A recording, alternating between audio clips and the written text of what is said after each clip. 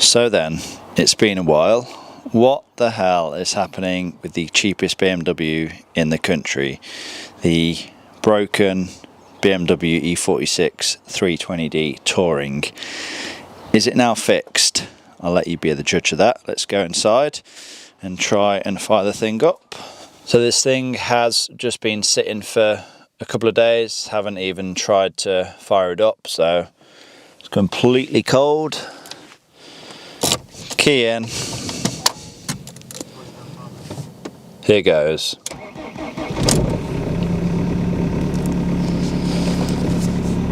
Fires up perfectly straight away.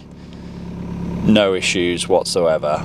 Now then, you'll notice that we have 774 miles on the trip reading there. Now that has actually gone round once already, so I've actually done 1,774 miles in the past couple of weeks in this car, and honestly it hasn't skipped a beat. It hasn't let me down once. So when I got this car, I bought this car for just £500. It was the cheapest running and driving BMW in the country, and there was a bunch of issues with it, mainly the fact that it could start, but then it would just cut out, you know, after 30 minutes or so of running.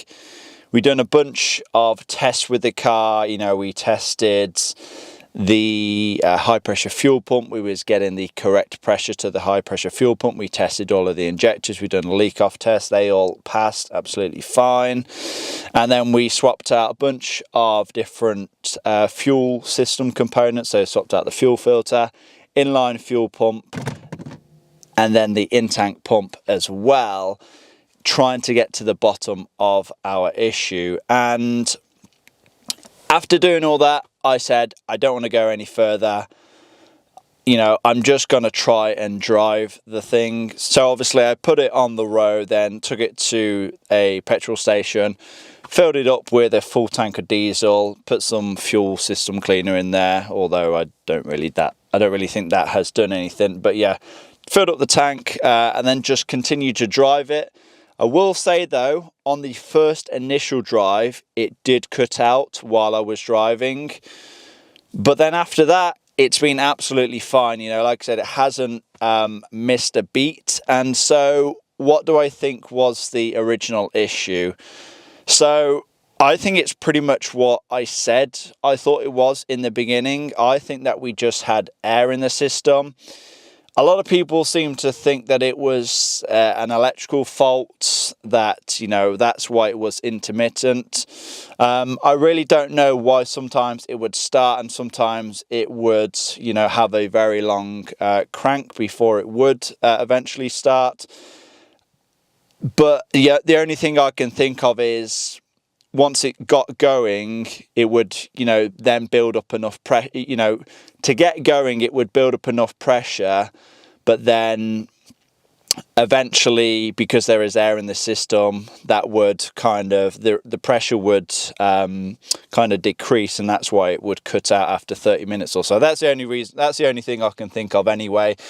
But the fact that we had the pre-supply pump, why that was noisy, it sounded like there was air in the system. You know, we had power to everything. I really didn't think it was an electrical issue, and yeah, it just goes to show that it was in fact just air in the fuel system. I did kind of, you know, I was sort of led in that direction to begin with anyway, because I think with the previous owner, like a week or two before he noticed this issue, he actually swapped out the fuel filter, and obviously when you're doing that, you're introducing air into the system. So yeah, long story short, the car is fixed while it's, you know, running and driving. The issue has not returned, but I am now going to do a test with ISTA and just to see what kind of fault codes we have. I'm sure we'll have the old historic ones because I literally haven't scanned it for codes. I've just been driving this thing.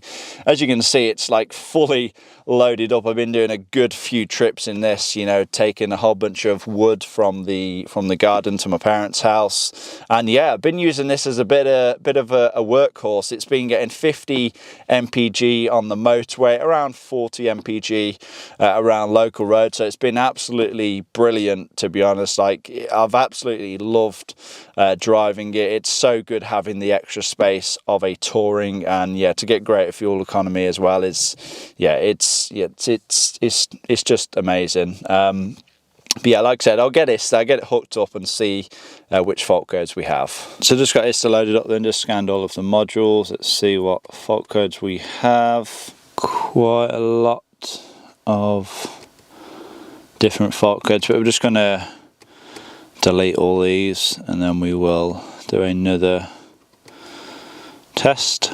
Okay, so I read the fault codes. There was a whole bunch, like 15 or 20 different fault codes. Most of them are, you know, historic fault codes. Then I just completely cleared them and then fired the engine up, and I've just done another test. And now let's have a look.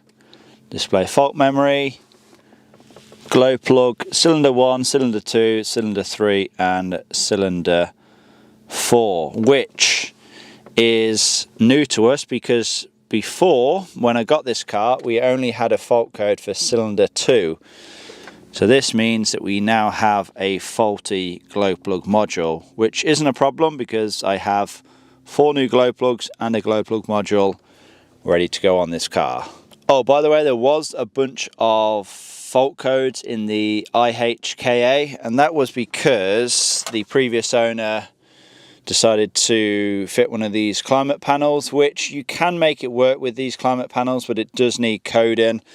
And you know, I do have the original just here. In my opinion, it doesn't look as good, this one, but it works pretty much just the same. It's just not digital, it's analog, which if you have a BMW E46, pretty much everything is analog anyway. So yeah, this, you know, it's just going to work just as well, and it means that I haven't got to get it coded. It does all work, by the way, which the other would kind of just have a mind of its own. It wouldn't do certain functions like the rear window clear and the aircon. I don't think the aircon worked on the digital one either. So yeah, I'm going to push all this back in, get all the trim panels reinstalled, then we can wrap things up. But yeah, pretty happy with that. Just 4 current fault codes now, which, like I said, fairly confident that's just a faulty glow plug module. I guess in the next video on this car then we can actually start installing some of the parts we have. So I don't think I've mentioned, but I have pretty much a whole front end worth of steering components. So the 2 front wishbones with rear bushes. We have new track rods and track rod ends, new drop links. We also have gear oil to do a full gearbox service on it. We have some diff oil as well to do a diff service. Like I mentioned, we have a gear knob, glow plugs, glow plug module, downpipe. Not too sure if there's anything else. I'm sure there is some little bits and pieces, but yeah, a whole bunch of parts ready to go on this car. That'll be on the very next video. Well then, there we go. The BMW E46 Touring is now fixed, running and driving. And what is the plan for it now? So first and foremost, I need to finish doing what I'm doing with it at the moment. So like I said, I'm daily driving it. I still have a bunch of stuff to move around. So I'm going to you know, finish off what I need to do, and then we will just get all these parts installed onto it. And then I need to take it for an MOT. Actually, it needs to have an inspection, because I think when I bought it, I think I had close to a year's MOT on it, but I think it runs out in a couple of months. So when it comes to selling a car, I don't like selling a car with just a couple of months MOT on it. So I put it through an MOT. If there is any minor things, I'll obviously get them sorted, and then we will yeah, potentially move it on. So We are hopefully coming to the end of this project. I didn't expect it to go on, nearly as long as it has done, and hopefully we can move on and buy something slightly bigger. Well, not physically in size, but you know what I mean, slightly bigger, slightly better, and then we will continue on the journey to trading my way up to my dream supercar. But we'll see how things go. Anyway, I want to thank all of you guys for watching. As always, please give this one a like, leave a comment down below, subscribe if you have not already done so, and I will see you all in that next one.